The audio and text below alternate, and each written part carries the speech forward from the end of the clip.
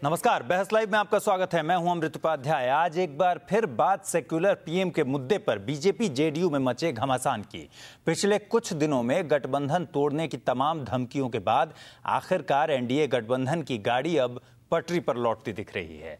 बवाल को खत्म करने के लिए खुद जेडीयू के राष्ट्रीय अध्यक्ष शरद यादव को सामने आना पड़ा और पटना में नीतीश की मौजूदगी में मैराथन बैठक हुई।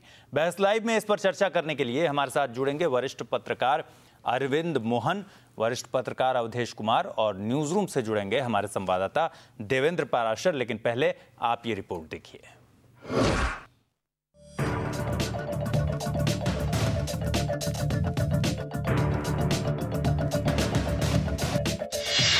एनडीए में संघर्ष विराम, हम साथ साथ हैं। क्या खत्म हो गई गठबंधन की दरार? तनातनी नहीं, दोस्ती की बात। अटूट है गठबंधन। जी हां, एक दूसरे के खिलाफ खूब आग उगलने के बाद जेडीयू और बीजेपी नेताओं के बीच दोस्ती की बयार एक बार फिर से बहती दिखाई दे रही है। जेडीयू के राष्ट्रीय प्रवक्ता शिवानंद तिवारी के बयान को राष्ट्रीय अध्यक्ष शरद यादव ने सिरे से खारिज कर दिया है। शरद यादव ने बीजेपी पर अपने नेताओं के ताजा हमलों को लेकर कहा है कि पार्टी नेता अनर्गल बयानबाजी से परहेज करें और बिहार के मामले में मुख्यमंत्री नीतीश कुमार से पूछकर ही बयान जारी करें। शरद यादव ने ये भी कहा है कि कुछ मतभेदों के बावजूद एनडीए के अस्तित्व पर कोई खतरा नहीं है। मैं वो भी अपील करूंगा कि ये बगैर मेरे पूछे बयान किसी तरह का ना दे। यदि मान लो बिहार का मामला है तो वहाँ नीतीश जी से बात करके बयान दे। ये मैं जो बोला हूँ परसों वो अधिकृत है पार्टी की जो राजनीतिक लाइन। शुक्रवार को बीजेपी के जेल भरो आंदोलन के दौरान एनडीए में बवाल बहुत बढ़ गया था। मेरा सवाल ये था कि प्रणब मुखर्जी वित्त मंत्री क्या सक्सेसफुल नहीं थे? क्या कोई भी वित्त मंत्री होता उसकी यही दुर्गति होती। उसके जगह पर हमको लगता है कि अगर रविशंकर जी को भी बैठा दिया जाए तो इससे बेहतर स्थिति नहीं होती। और हम ये मानते हैं कि देश का ये दुर्भाग्य है इस मामले में कि जनता के पास आर्थिक नीति के मामले में कोई विकल्प नहीं। मतलब 91 में जब नरसिम्हा राव की सरकार में इन्होंने पहला बजट पेश किया था जिसको ऐतिहासिक बजट माना गया, मनमोहनिक इकोनॉमी माना जा रहा है, वही आज चल रहा है। और बीच में उस समय जो भारतीय जनता पार्टी कहती थी कि हम स्वदेशी की आर्थिक नीति चलाएंगे। शिवानंद जी हमारे वरिष्ठ नेता है, वो भूत में ज्यादा जाते हैं, उनको भूत पकड़ लिया है, वर्तमान में रहने की आवश्यकता है।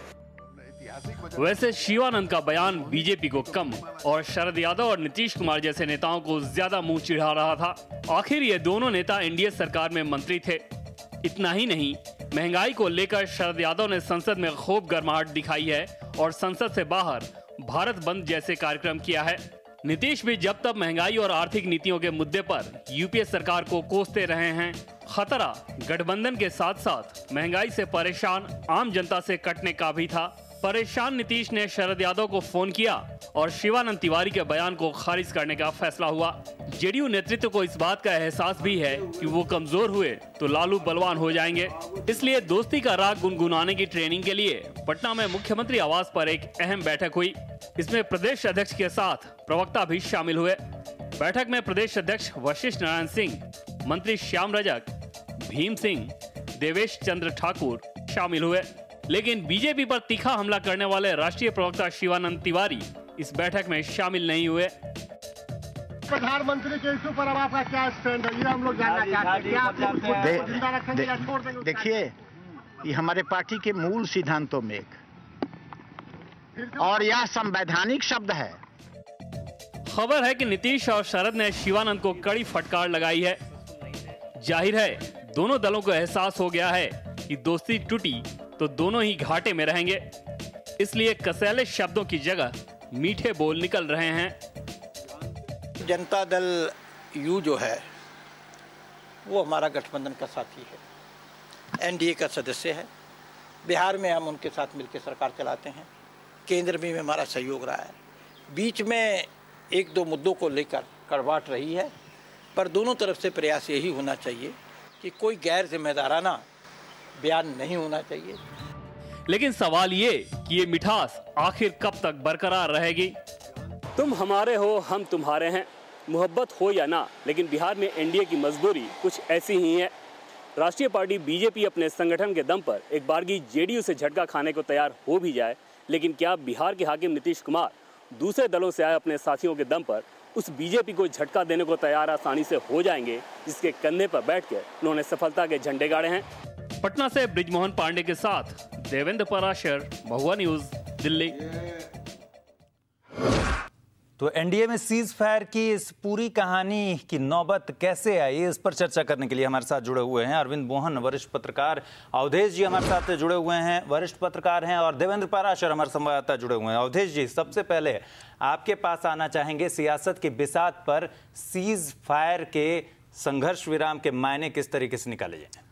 अब ये तो देखना पड़ेगा कि ये भारत और पाकिस्तान के लाइन ऑफ एक्चुअल कंट्रोल का सीज फायर है या वाकई है, क्योंकि वहाँ सीज फायर लंबे समय से है, फिर भी बीच बीच में दोनों ओर से गोलियां चल जाती हैं और बार बार बैठ के करनी पड़ती है। क्योंकि जिस सीमा तक दोनों पक्ष के नेता चले गए हैं उसको बिल्कुल खींच लेना आसान नहीं है। ये इतना गलत संदेश इससे गया है पूरे बिहार और बाहर, और खासकर जनता दल यू के नेताओं ने जिस प्रकार, शिवानंद तिवारी जी ने जिस प्रकार सरकार के इकोनॉमिक पॉलिसी का रक्षण किया है, उसके बाद जब भी अगर सरकार पर हमला करेंगे तो ये प्रश्न बना रहेगा कि आपने उस समय ऐसा क्यों किया। कम से कम जनता दल यूनाइटेड लंबे समय से कांग्रेस विरोधी अपने तेवर को बनाए रखने में कामयाब रही है, उसकी छवि थी। इससे सबसे बड़ी क्षति हुई है कि भविष्य में विपक्ष के रूप में सत्तारूढ़ संगठन से लड़ने की जो एक नैतिक बल था, जो आत्मबल था, वो कमजोर हुआ है। एनडीए में सीज फायर रहेगा नहीं रहेगा, इससे बड़ा प्रश्न तो मेरी दृष्टि से ये है। देवेंद्र, आपसे जानना चाहेंगे कि आखिर ये पूरी कहानी किस तरीके से लिखी गई, आखिर ये नौबत क्यों आई कि पहले बहुत सारे बयानबाजियां बहुत सारी हुई, शिवानंद तिवारी ने बड़ी कड़ी प्रतिक्रिया दी, फिर बीजेपी की तरफ से प्रतिक्रियाएं आई और जेडीयू के और भी नेता कड़ी प्रतिक्रियाएं और बड़ी प्रतिक्रियाएं देते नजर आए। फिर राष्ट्रीय अध्यक्ष शरद यादव अचानक से सामने आते हैं, एक नसीहत देते हैं, संघर्ष विराम के संकेत दे देते हैं। अमृत, राजनीति में सब कुछ तय हिसाब से नहीं होता। धर्मनिरपेक्षता वाली जो लाइन थी, निश्चित तौर पे वो बहुत प्लान वे में एक रणनीति के तहत नीतीश कुमार ने छेड़ी थी, लेकिन नीतीश कुमार की रणनीति वहां से गड़बड़ होनी शुरू हुई। उन्हें इस बात का अंदाजा नहीं था कि संघ प्रमुख इस तरह से सामने आएंगे और उसके बाद नीतीश कुमार के बयान पर ऐतराज जताएंगे और फिर उसके बाद बीजेपी को एक बड़ा बल मिलेगा। वो एक पहली चूक थी नीतीश कुमार के रणनीति में, जो मुझे लगता है। दूसरी चूक जो समझ में आई कि कल शिवानंद तिवारी ने महंगाई के मुद्दे पर जिस तरह से प्रणव का समर्थन किया, कांग्रेस का बचाव किया, वो निश्चित तौर पे जेडीयू के लिए बहुत भारी पड़ने वाला था और वहां से शायद नीतीश कुमार को इस बात का एहसास हुआ होगा। क्योंकि परसों जब बीजेपी और जेडीयू के कुछ नेताओं की बैठक हुई थी बंद कमरे में, तो वहां पर दोनों दलों के नेताओं ने इस बात पे सहमति बना ली थी कि अब कोई बयानबाजी का दौर नहीं होगा। जो हमारे दोनों दलों के सूत्र बता रहे हैं वो कह रहे थे कि दोनों ही इस बात से संतुष्ट है उस बैठक के बाद। लेकिन कल उसके बाद जब शिवानंद तिवारी ने जो बयान दिया, वो बयान ऐसा था जो बीजेपी को कम और जेडीयू के लिए ज्यादा बैकफायर करने वाला था। उसके बाद जेडीयू की रणनीति काफी गड़बड़ हुई और जो सूत्रों के द्वारा जानकारी मिल पा रही है उसके हिसाब से कल देर रात नीतीश और शरद यादव ने लंबी बातचीत की थी इस मुद्दे पे और उसके बाद नीतीश कुमार ने यह तय किया कि शरद यादव दिल्ली में बयान देंगे और शिवानंद तिवारी के बयान को खारिज किया जाएगा। साथ ही साथ प्रवक्ताओं की ट्रेनिंग भी दी जाएगी, पाठशाला भी लगाई जाएगी। और उसी फैसले को आज आपने देखा जब नीतीश कुमार ने सारे नेताओं को बुलाकर तकरीबन 4 घंटे की मैराथन बैठक की।